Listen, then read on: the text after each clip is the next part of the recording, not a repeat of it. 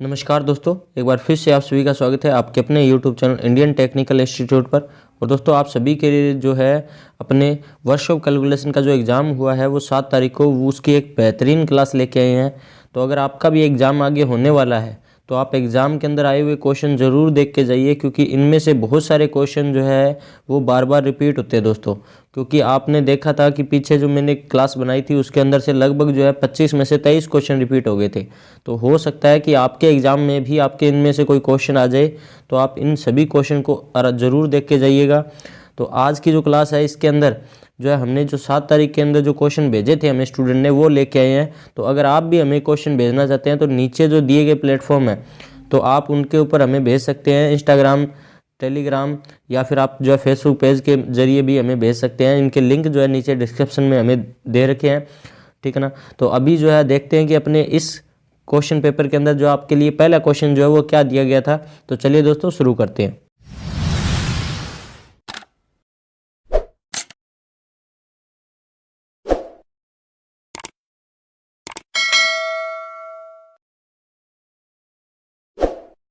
तो पहले क्वेश्चन के अंदर आपसे पूछा गया, संनेहक को बनाए रखने के द्वारा एक मशीन की दक्षता के कारण बनता है। यानी कि स्नेहक अगर अपना जो है ल्यूब्रिकेशन अगर एक मशीन में बनाए रखेंगे तो दक्षता जो है उसके ऊपर क्या होगी, दक्षता बढ़ेगी, दक्षता कम हो जाएगी। दक्षता एक ही रहती है, यानी कि वैसी की वैसी रहती है, दक्षता को प्रभावित नहीं करता है। तो दोस्तों इसका जो राइट आंसर रहेगा वो रहेगा इंक्रीज होती है। यानी कि अगर आप जो है लुब्रिकेशन बनाए रखते हैं मशीन के अंदर, मुलायमता बनाए रखते हैं, तो मशीन स्मूथ चलती है और उसकी एफिशिएंसी या फिर दक्षता जो है वो बढ़ती है दोस्तों। तो इसका जो राइट आंसर रहेगा वो ए रहेगा। जिन बच्चों ने ए किया है उनका ये क्वेश्चन बिल्कुल सही रहेगा दोस्तों।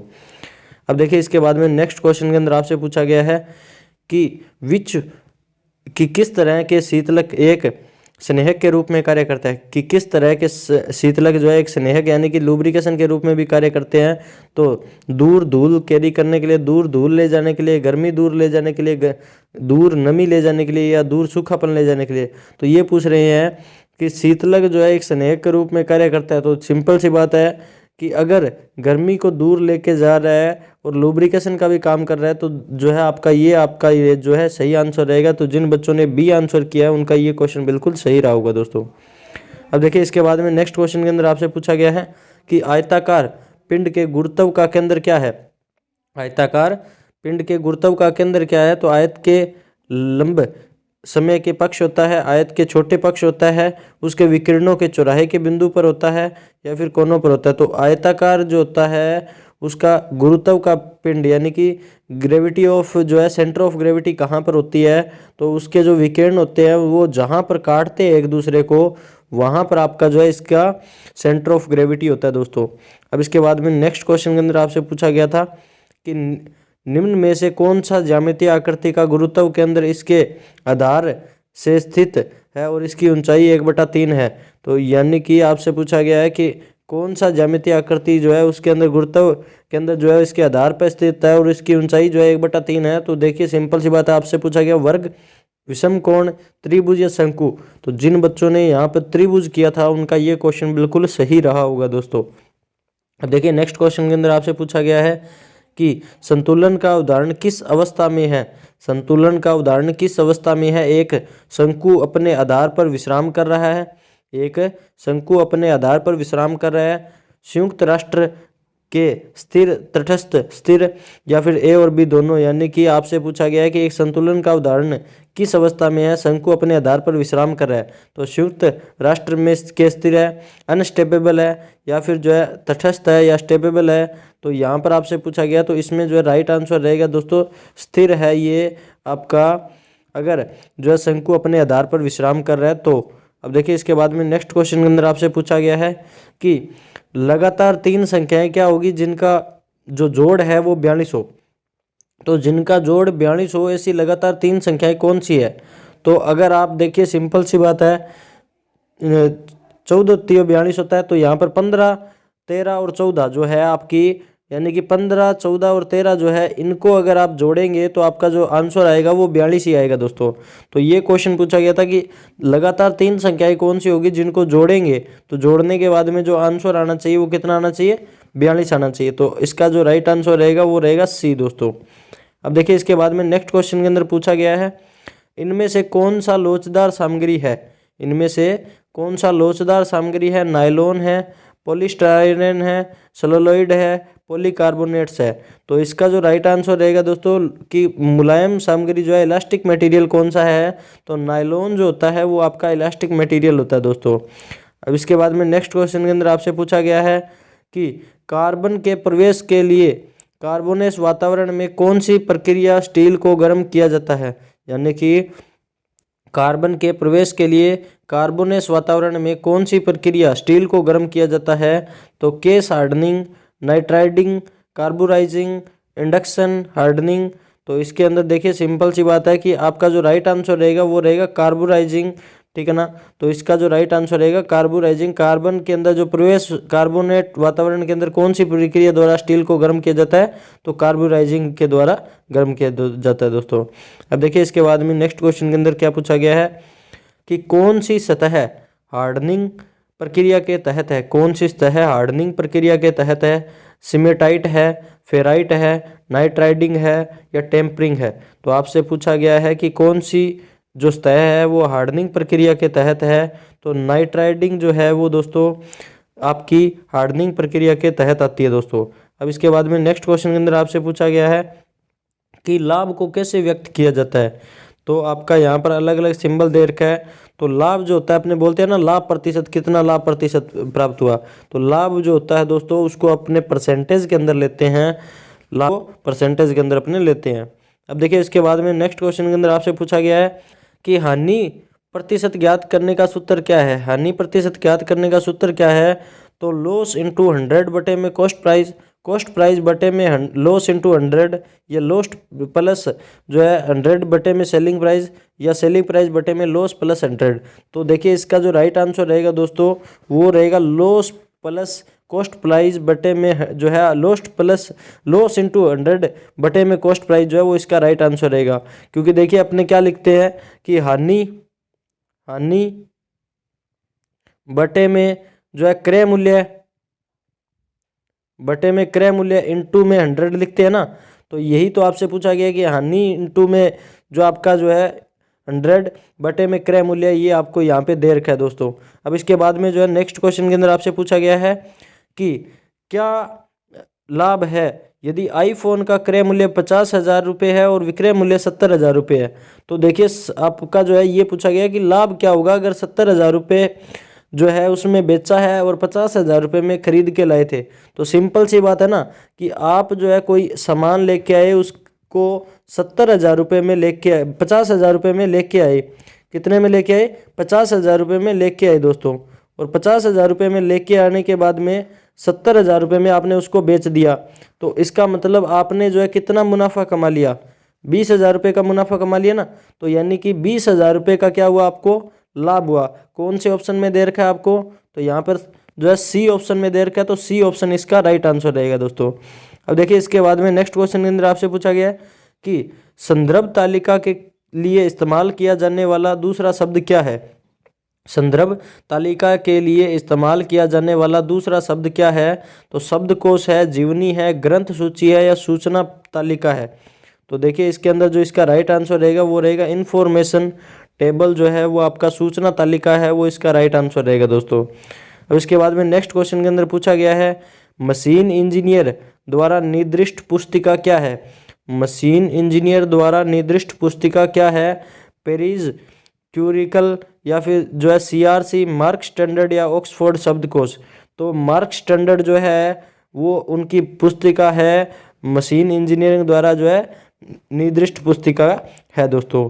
अब इसके बाद में नेक्स्ट क्वेश्चन के अंदर आपसे पूछा गया है कौन सा प्राधिकरण दरों के अनुसूची को प्रकाशित करता है। कौन सा प्राधिकरण दरों के अनुसूची को प्रकाशित करता है, तो व्यक्तिगत है, निगम से संबंधित है या फिर पार्टनरशिप फर्म है या फिर सरकारी विभाग है। तो इसका जो राइट आंसर रहेगा दोस्तों वो रहेगा सरकारी विभाग जो है वो आपका प्राधिकरण दरों के अनुसूची को प्रकाशित करता है दोस्तों। अब इसके बाद में नेक्स्ट क्वेश्चन के अंदर आपसे पूछा गया है कि लाभ कैसे व्यक्त किया जाता है। लाभ कैसे व्यक्त किया जाता है? तो आपको पीछे बताया था कि हानि जो है वो प्रतिशत में व्यक्त होती है, तो लाभ भी प्रतिशत में ही व्यक्त होता है दोस्तों। ये किसी और शिफ्ट के अंदर पूछा गया क्वेश्चन है, लाभ कैसे व्यक्त किया जाता है। इसमें दोस्तों कुछ क्वेश्चन जो है वो हमने पीछे की जो है 4, 5 या 6 तारीख को पेपर में हो चुके हैं, उन क्वेश्चन को भी उठाया है। जो पीछे के क्वेश्चन पेपर के अंदर नहीं उठा पाए थे उनको दोस्तों, जो हमें जो है बाद में किसी स्टूडेंट ने भेजे थे, तो उनको। अब देखिए इसके बाद में नेक्स्ट क्वेश्चन के अंदर पूछा गया है, इनमें से कौन मशीनिंग अनुभाग सीट में शामिल है? इनमें से कौन मशीनिंग अनुभाग अनुमान सीट में शामिल है? परिवहन लागत है, विज्ञापन लागत है, कच्चा माल लागत है या कर है? तो देखिए यहाँ पर इसका जो राइट आंसर रहेगा वो रहेगा कच्चा माल लागत जो है वो आपका दोस्तों मशीनिंग अनुमान सीट में शामिल है दोस्तों। अब इसके बाद में नेक्स्ट क्वेश्चन के अंदर पूछा गया है कि इनमें से कौन सबसे विश्वसनीय अनुमान है? इनमें से कौन सबसे विश्वसनीय अनुमान है? तो प्राथमिक अनुमान है, प्लीथिंग एरिया अनुमान है, क्यूब दर अनुमान है, विस्तृत अनुमान है। तो इसके अंदर जो है विस्तृत अनुमान इसका जो है राइट आंसर रहेगा दोस्तों, कि सबसे विश्वसनीय अनुमान कौन सा है? तो विस्तृत अनुमान है दोस्तों। अब इसके बाद में नेक्स्ट क्वेश्चन के अंदर पूछा गया क्या है कि कच्चे लोहे में कौन सी अशुद्धता इसे कठोर और भंगुर बनाती है? तो कच्चा लोहा है उसके अंदर कौन सी अशुद्धता मिलाएं तो वो इसको कठोर या भंगुर बनाएगी? तो सिलिकॉन, सल्फर, मैग्नीज, फास्फोरस। तो दोस्तों जो सल्फर होती है वो इसको जो है भंगुर या फिर कठोर बनाती है दोस्तों। अब इसके बाद में नेक्स्ट क्वेश्चन के अंदर आपसे पूछा गया है कि एक कमरे की कुल वाट क्षमता क्या होगी? एक कमरे की कुल वाट क्षमता क्या होगी यदि उसमें 50 वाट के 2 ट्यूबलाइट है, 80 वाट के 2 पंखे हैं, 60 वाट के 2 लाइटें हैं और 60 वाट का एक फैन है और 100 वाट के 3 पिन सॉकेट है। तो आपसे पूछा गया कि कुल वाटेज क्षमता कितनी होगी? तो सिंपल सी बात है, देखो आपके पास जो है कितने कितने हैं, तो इसमें 50 वाट के 2 ट्यूबलाइट है ना, यानी कि लगभग जो है 50 वाट की 2 ट्यूबलाइट है। इसका मतलब कितनी हो गई? 2। तो इसका मतलब ये 100 वाट का आपका यहाँ पे कंजम्पशन हो रही है, 100 वाट की खपत हो रही है। इसके बाद में 80 वाट के 2 पंखे हैं, 80 वाट के कितने पंखे हैं दोस्तों? 2 पंखे हैं। इसका मतलब कितनी यहाँ पे खपत हो रही है? तो यहाँ पर 160 वाट की खपत हो रही है, तो यहाँ पर 160 वाट की खपत हो रही है। इसके बाद में 60 वाट की कितने जो है लाइट है? तो 60 वाट की दोस्तों यहाँ पर आपकी जो है कितनी लाइट है? 2 लाइट है। इसका मतलब यहाँ पर जो है 120 वाट की खपत हो रही है। अब इसके बाद में आपसे बोला गया है कि 100 वाट का 3 पिन सॉकेट है, तो 3 पिन सॉकेट है लेकिन है तो एक ही ना, तो इसके मतलब यहाँ पर जो कंजम्पशन हो रही है वो कितनी हो रही है? 100 वाट। जब इनको अपने टोटल कैलकुलेट करेंगे तो अपने पास जो आएगा वो आएगा दोस्तों 540, यानी कि 540 जो है वो किस ऑप्शन के अंदर आपको दे रखा है दोस्तों? तो सी ऑप्शन में दे रखा है ना, तो इसका मतलब सी ऑप्शन इसका जो है राइट आंसर रहेगा। अब इसके बाद में नेक्स्ट क्वेश्चन के अंदर आपसे दिया गया है कि 300 वर्ग फुट के घर का लागत निर्माण लागत क्या होगा यदि जो है प्रति स्क्वायर फीट जो है वो 2000 रुपये लिए जाते हैं, यानी कि उसमें सामग्री और श्रम जो है वो शामिल किया गया है और एक जो स्क्वायर फुट है उसकी 2000 रुपये लागत है, तो 3000 वर्ग फुट एरिया है उसकी अगर कितनी लागत होगी, टोटल लागत पूछी आपसे। तो दोस्तों सिंपल सी बात है कि एक जो है स्क्वायर फुट उसकी लागत 2000 रुपये है, तो 3000 स्क्वायर फुट एरिया की अगर लागत निकालनी है, अगर मैं इसको 2000 से मल्टीप्लाई कर दूं, 2000 से गुणा कर दूं, तो अपने पास जो है वो लागत आ जाएगी इसकी। तो यहाँ पर इसकी जो लागत है वो दोस्तों कितनी आएगी? तो लगभग जो है 60 लाख रुपए जो है वो आपकी इसकी लागत आएगी दोस्तों। और 60 लाख रुपए किस ऑप्शन में दे रखा है आपको? तो ऑप्शन बी में दे रखा ना, तो ऑप्शन बी इसका जो है वो राइट आंसर रहेगा दोस्तों। अब देखिए यहाँ पर जो है अपने क्वेश्चन आज के जो है वो ख़त्म हो गए हैं। अगर कोई क्वेश्चन इसके अंदर रह गया है तो वो आप ऐसे मत सोचिए कि हमने करवाया नहीं है, इससे पहले की जो वीडियोस है उनके अंदर करवा चुके होंगे हम लोग, क्योंकि हमने कुछ क्वेश्चन ऐसे हैं जो नहीं उठाए हैं, तो वो ऐसे क्वेश्चन हैं जो दोबारा से रिपीट नहीं करवा रहे हैं। वो क्वेश्चन हमने अगर पिछली क्लास के अंदर करवा दिए हैं, वर्कशॉप कैलकुलेशन के पुराने पेपर में जो रिपीट हुए हैं वो अगर पुराने क्लासेस के अंदर करवा दिए तो उनको दोबारा हम लोग नहीं करवा रहे हैं दोस्तों। तो वो क्लासेज आप देखिएगा, उनमें आपके वो जो डाउट है वो आपके क्लियर हो जाएंगे। और बाकी अगर आपके पेपर में कुछ आए हुए क्वेश्चन है और आप हमें सेंड करना चाहते हैं तो नीचे दिए गए प्लेटफॉर्म पे आप हमें सेंड कर सकते हैं। ये साथ में जो व्हाट्सअप नंबर दिया गया है, इस व्हाट्सअप नंबर के ऊपर भी हमें सेंड कर सकते हैं। और ये क्लास आपको कैसी लगी है हमें जो है वीडियो को लाइक करके और नीचे कमेंट सेक्शन के अंदर ज़रूर बताएं। और आपके पेपर में कितने क्वेश्चन आए हुए हैं पीछे के जो हमने वीडियोस बनाई है उनमें से, वो भी नीचे कमेंट सेक्शन में कमेंट करें, ताकि जो बाकी स्टूडेंट है वो थोड़ा सा इससे मोटिवेट हो सके और वो वीडियो को सीरियसली देख सके।